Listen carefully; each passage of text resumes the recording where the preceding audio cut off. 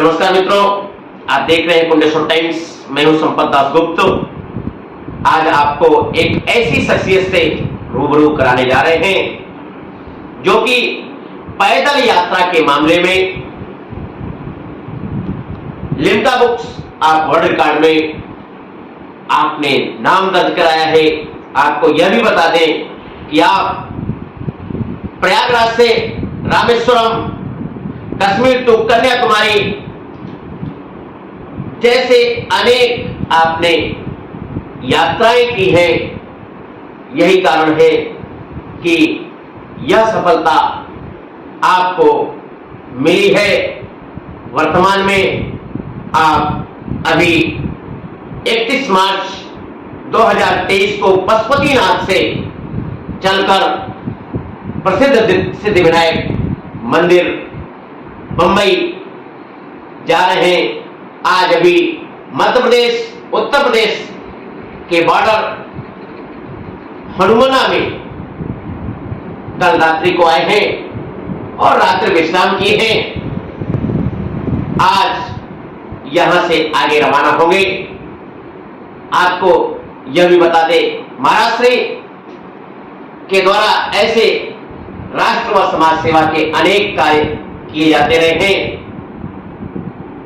गरीबों के, असहायों की, निर्धन कन्याओं की विवाह में अनेक ऐसे उदाहरण हैं जो आप दिल खोल करके अगर उन्हें लगा इनकी सहायता करनी चाहिए तो वे बिना किसी संकोच और बिना किसी लाग लपेट के यह सेवा करने में सदैव तत्पर रहते हैं। यही कारण है कि आपकी सेवा को देख करके बताया जाता है कि किसी अंग्रेज ने आपको 1.5 करोड़ रुपए भी इस यात्रा के दौरान ही सहयोग राशि अर्पित की है। आइए जानते हैं महाराष्ट्र से कि आपने साधु जीवन कब से अपनाया और इस प्रकार के कार्य करने की कैसे प्रेरणा मिली।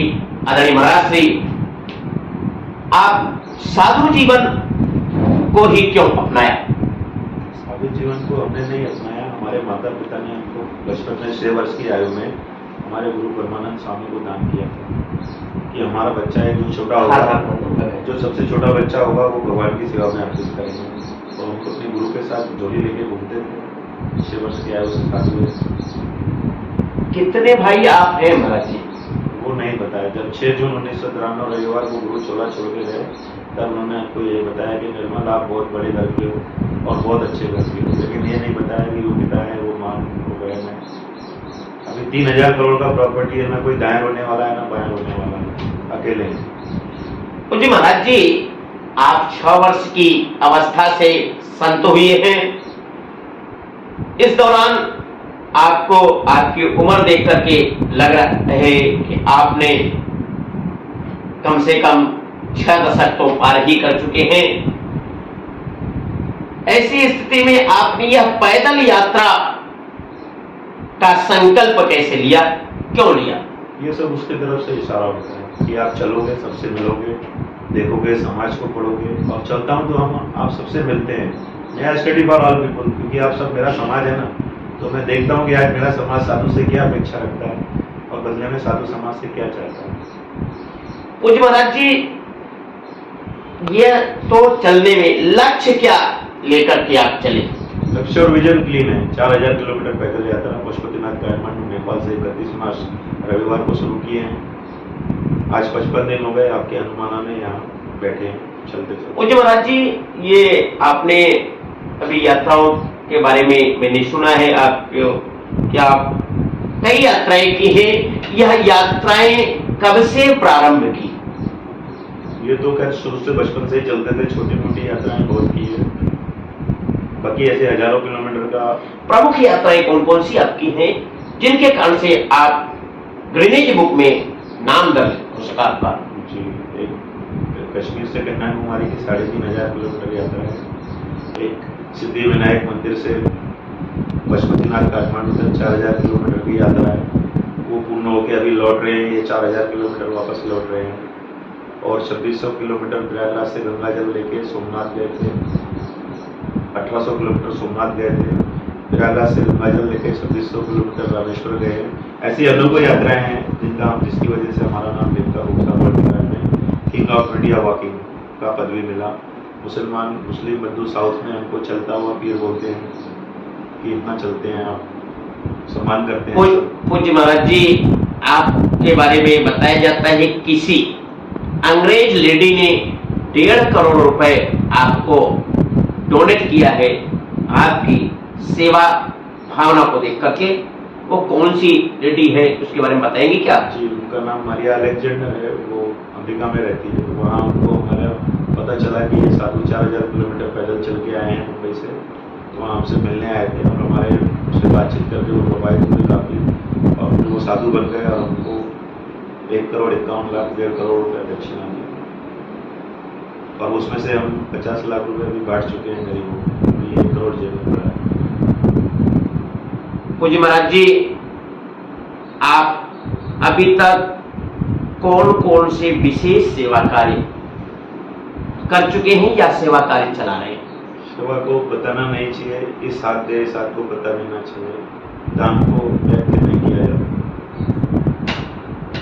पूज्य महाराज जी, आप सिद्धि विनायक मंदिर में रहते हैं और क्या आपको क्या वहां का दायित्व है? किस पद पे है आप? कोई वहाँ से मैं निर्वित हूँ। अभी मेरा 3000 करोड़ का प्रॉपर्टी मुंबई में है। वहीं रहता हूँ। सांता क्रूज में फ्लैट है। मैं घर में ही रहता हूँ। अब कहीं नहीं जाता।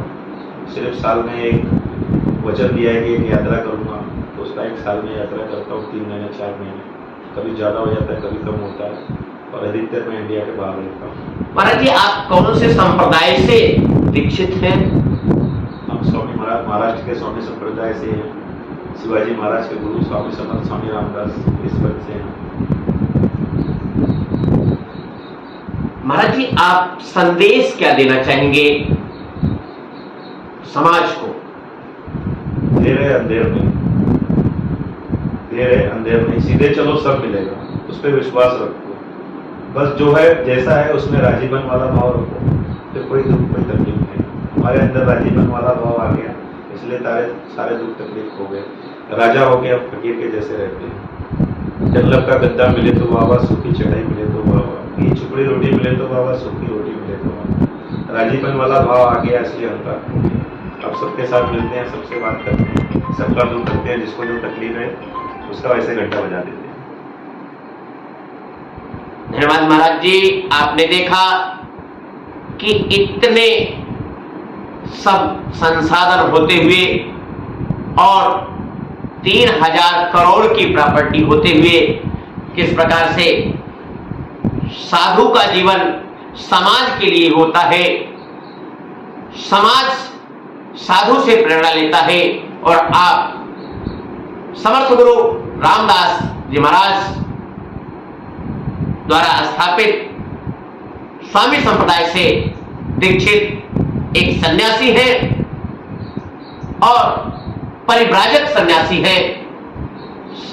समूचे राष्ट्र में आप पैदल चल करके और वयम राष्ट्रे जागृत श्यामा चरैवेत निरंतर के बोध वाटिका जो आपने एक लक्ष्य लेकर के और इस कठोपनिषद के बोध वाक्य का अक्षरशः पालन कर रहे हैं। आइए हम सब भी ऐसे संत से प्रेरणा लेकर के और निश्चित इस राष्ट्र व समाज को कुछ देना सीखें। कहा जाता है देश हमें देता है सब कुछ, हम भी तो कुछ देना सीखें। इन्हीं शब्दों के साथ बहुत बहुत महाराज जी का धन्यवाद क्या कहें, आपसे तो आशीर्वाद ही ले सकता है यह दास। मैं संपत दास गुप्त रीवा।